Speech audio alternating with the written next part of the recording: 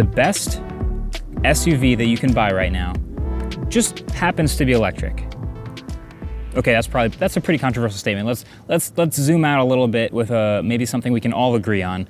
Like, electric cars are really expensive right now. That's just a fact I think we can all be on the same page about. Like, there are basically no really, really good, but also really, really cheap electric cars. But that's not for a lack of trying. Like, they all know that would kill. Like, a $20,000 Tesla would do amazing. People would love to buy that. That's just not something that's possible with the prices and the way these businesses work right now. So when I start just with the best SUV that you can buy happens to be electric, that's actually a strategy. Let's zoom out a little bit. So gas cars have been evolving, as you know. They've been maturing for years and years, and then now this suddenly very new and very expensive technology comes along that is an electric drivetrain with a huge battery. And so if you're a company that's going to add it to your car, it will become a more expensive car. So if you're a car company, knowing that you want to start making electric vehicles, you have a very specific choice to make. And we get to like follow this in real time and see them all try to do this. And that choice is, do you want to compete at the highest end to be the best possible product? Or do you want to compete at the lowest end on price? And of course, Business 101, if you've looked at these graphs long enough, you can understand that it just makes more business sense to try now, when the technology is expensive, to compete on the highest end by just trying to make the best overall thing a no-brainer, better product. And then, in the future, when hopefully the price of the tech gets lower, we can also get those that are competing on price. That's why you're seeing cars that are expensive and electric and not a lot of cheap electric cars. I mean, there are some, but they're more expensive than their gas counterparts, so they don't really make sense. So I guess then that brings us to the question, is the Rivian R1S the best SUV in the world? Is it the best one you can buy? Well, it makes a pretty compelling case, and I think it's really good. So if you've heard me talk about the truck before, the Rivian R1T, well, then the name R1S makes a lot of sense because the front half is also R1, it's basically the same. But the back half, it trades the truck bed and the gear tunnel for a third row and all the benefits that come with a third row SUV form factor. So literally, like if one of these pulled up behind you from this angle, you could not tell if that was the truck or the SUV that just pulled up behind you, because it's identical until you come to the side and you see the differences. Now, I've been driving this brand new limestone colored R1S with the dark all-terrain wheels for about a week now. It's been really solid, and I'm not even gonna highlight the front stuff because it's basically the same. If you've seen the video, go back and watch the R1T video. It's the same truck. It's the same interior. Not a lot interesting here, so let's just do the part that's different now.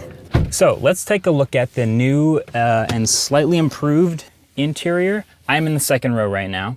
It's not as gigantic of a second row as like a Escalade or something gigantic like that, but in a lot of its competition, a lot of other three-row SUVs, perfectly reasonable. And then behind me is the 2 seats of this 7-seater, which is smaller. It's better for kids. I wouldn't want to be back there for a road trip, but it's fine. It's comfortable. If you've got 3 kids, this is the type of thing in the US you see a lot of. And they've made a lot of subtle improvements even since the R1T that I first checked out. Obviously, you've got this huge glass roof up here at the top. There are slightly improved, better speakers. So the Meridian sound system that was in the previous one was fine. Actually, it was really good. These, I imagine, are in roughly the same locations around the cabin, but they sound way better. And then still, material choices are great, and there are vents everywhere.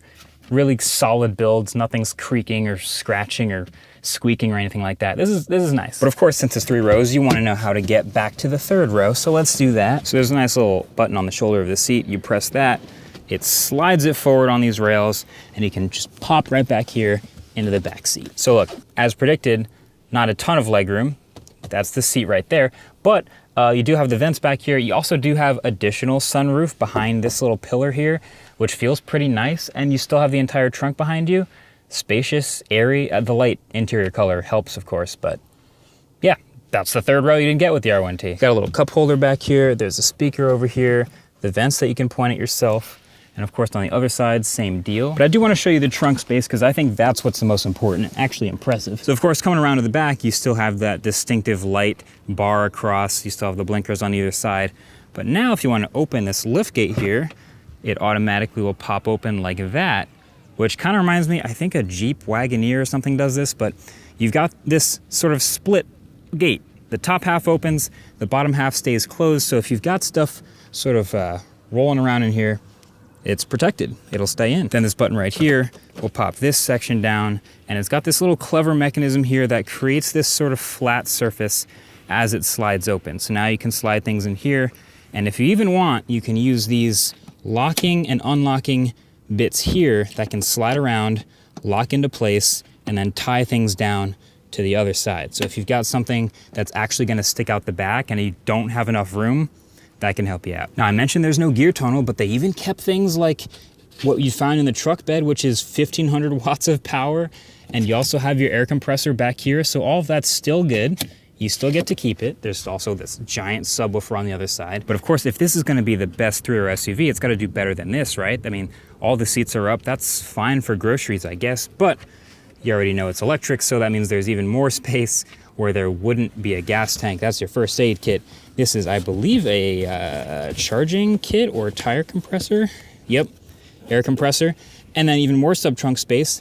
But just go ahead and pull this up real quick, and you'll find an even more gigantic area underneath where you could put a spare if you had one, but you don't. So you just have a ton more space where you can put groceries that won't slide around, and all of that is closable and hideable under this flat surface. But I do think it's time to put the seats down just so you can see how ridiculous it gets when you put all that space down.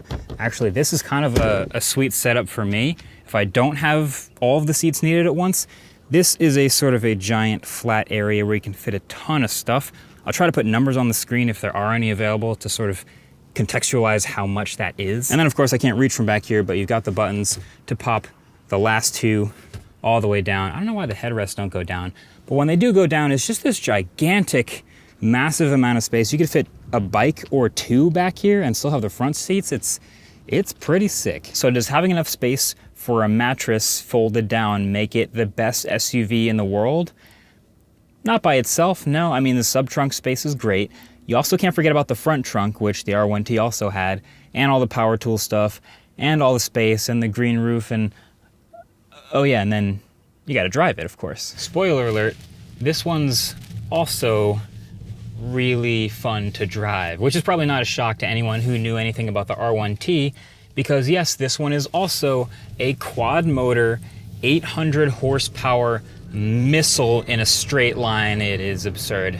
It has no right being this fast, being 7,000 pounds, but it is. So it is that fun again. Now, the difference with this and the R1T is this one is a little bit of a shorter wheelbase, which means it does actually feel a little bit more nimble. It does, like when I corner or when I turn around on like a tight road like this, it does have a smaller overall turning radius, which is great.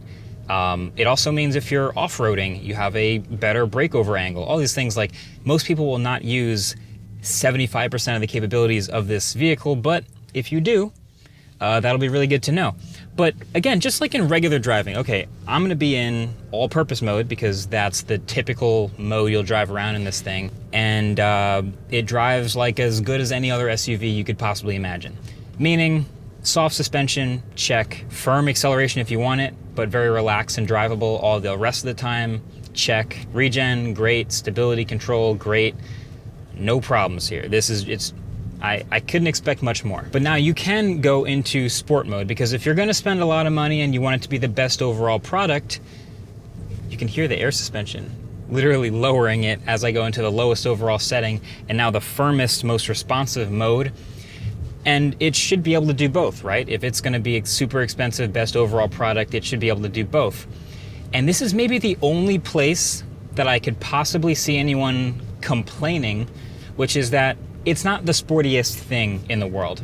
It actually does drive a little bit looser than the R1T, which is interesting. This feels like a suspension thing, but a lot of the accelerations and decelerations and the way it sways a little bit back and forward and going around turns, I feel a little bit extra swaying where I didn't expect it. You could argue that that's a weakness of this particular vehicle. Sure. But in literally 99% of the cases, especially with 99% of the drivers, nobody's actually ever gonna notice. So I've been really, really impressed and just having a lot of fun with it. I find it fine to just be in all-purpose mode most of the time. I also don't have that much off-roading in my daily commute or my normal use of this vehicle, so that's also fine. But if I did, I would have off-road mode. Snow mode's cool to have. And of course, if I was towing something, I could pull that off too. The only thing I really tow is a camera rig, so I wouldn't get this if I was towing a whole ton of weight. You should watch Jerry Everything's video where he actually did test out how well it would tow. Actually, he had an R1T for that video.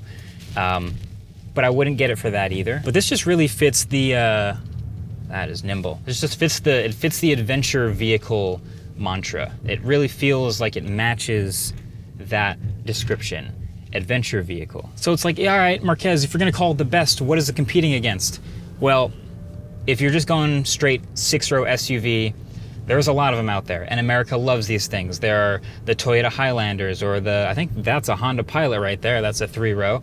Lots of things that will all be cheaper than this, dramatically cheaper than this one. I think even the Escalade, the Cadillac Escalade, will be cheaper than this Rivian R1S. But what this Rivian R1S does is it's able to offer all of the things that you want out of a vehicle like this and doesn't really skimp. So some of those might be really comfortable and well built, but they won't be as high tech. Or they might be really high tech and well built, but they won't be as fast. You see what I mean?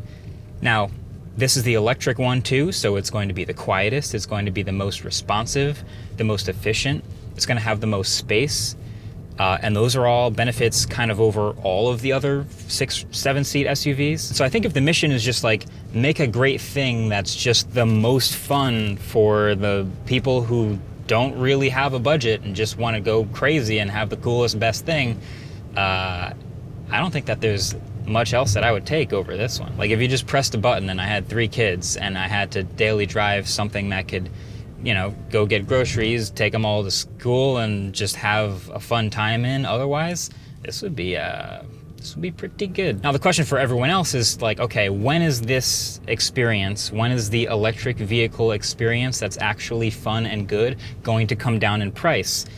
And that's just a tech and a development question. Keep in mind, this company also has to spend money on building a charging network and all the other things they're doing with the delivery vans.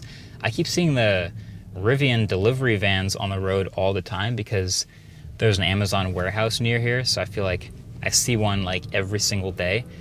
But, you know, that's just one company. Rivian's doing stuff, Tesla's doing stuff, a bunch of other rock-solid companies that have been making cars for a long time are all starting to make EVs and develop them and spend money and lower the price slowly. But we'll eventually get there. I actually talked to the CEO of Rivian, RJ, on my podcast this week. I'll link it below if you want to listen to that, but we talked about the R2 platform and what that's designed to do, to be a lower-priced version of this same experience. And if they're able to accomplish that in as short as a year from now, we're already moving in the right direction. So look, I really like this thing. Whether it's the best SUV ever or not, you know, that'll be up for debate. I really like it, and I've had a lot. I think people just have fun with it in general. That's pretty obvious. But I am really impressed with this first effort from this particular company, and I'm hoping they're able to continue because R1T and R1S really set the tone for what we can expect from Rivian in the future, and then hopefully we get a bunch of other cool EVs following in those footsteps and lowering in price sometime soon. Please. Okay. That's been it. Thanks for watching. If you want to watch the podcast with RJ, or even watch the autofocus videos that I make on all kinds of other thoughts on cars, I'll leave both those links below if you want to check them out. And I'll catch y'all in the next one. See you over there. Peace.